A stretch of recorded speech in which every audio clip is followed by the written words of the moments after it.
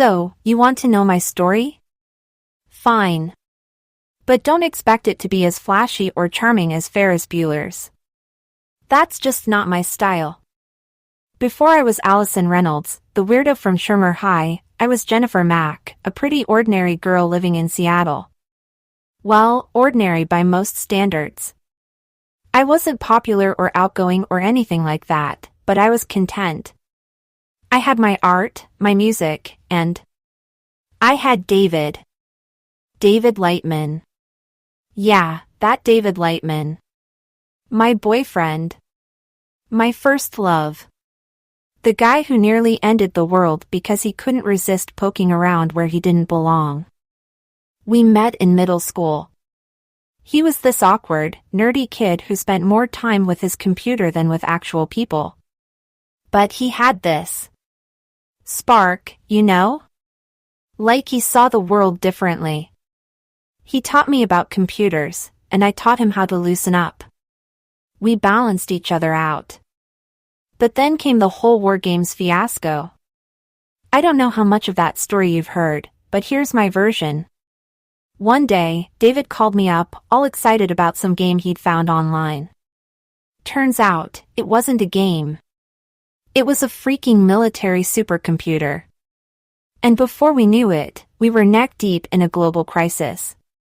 To his credit, David managed to fix it. Saved the world and all that. But the aftermath? That's where things fell apart. The government stepped in, said it wasn't safe for us to stay in Seattle. They uprooted David's whole family, gave them new names, a new life in Chicago. And me? Well, since I was involved, they decided I needed a fresh start too. Jennifer Mack became Allison Reynolds.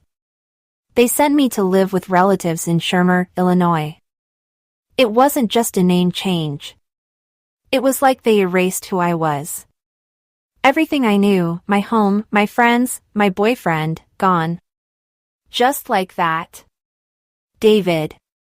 Or Ferris, I guess I should say, didn't even fight it. He just went along with the plan. I didn't get a goodbye. No promises to keep in touch. Nothing. He moved on, and I was left to pick up the pieces. So there I was, dumped into a new town, a new school, with a new identity. I was angry, confused, and, if I'm being honest, a little scared. I didn't know who I was supposed to be anymore. So, I became no one. The quiet girl, the weirdo. It was easier to keep people at a distance. But then, one day, I spotted him. Ferris Bueller. The golden boy of Shermer High. It took me a second to recognize him, but there he was, David Lightman, smiling like nothing had ever happened. I couldn't believe it.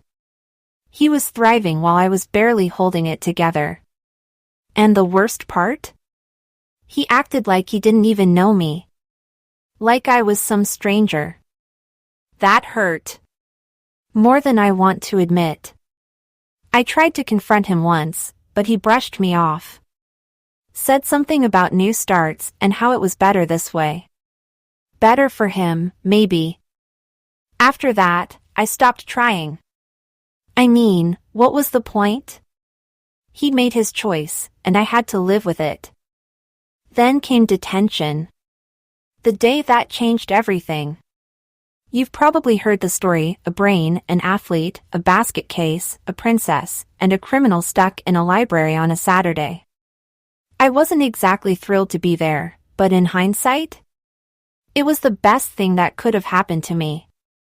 For the first time in a long time, I felt seen. Not as Jennifer Mack, or Allison Reynolds, or the weird girl who eats Captain Crunch sandwiches, but as me. Claire, Bender, Brian, Andrew, they got me in a way no one else did. And yeah, things didn't magically get better after that. Life isn't some feel-good movie. But it gave me hope.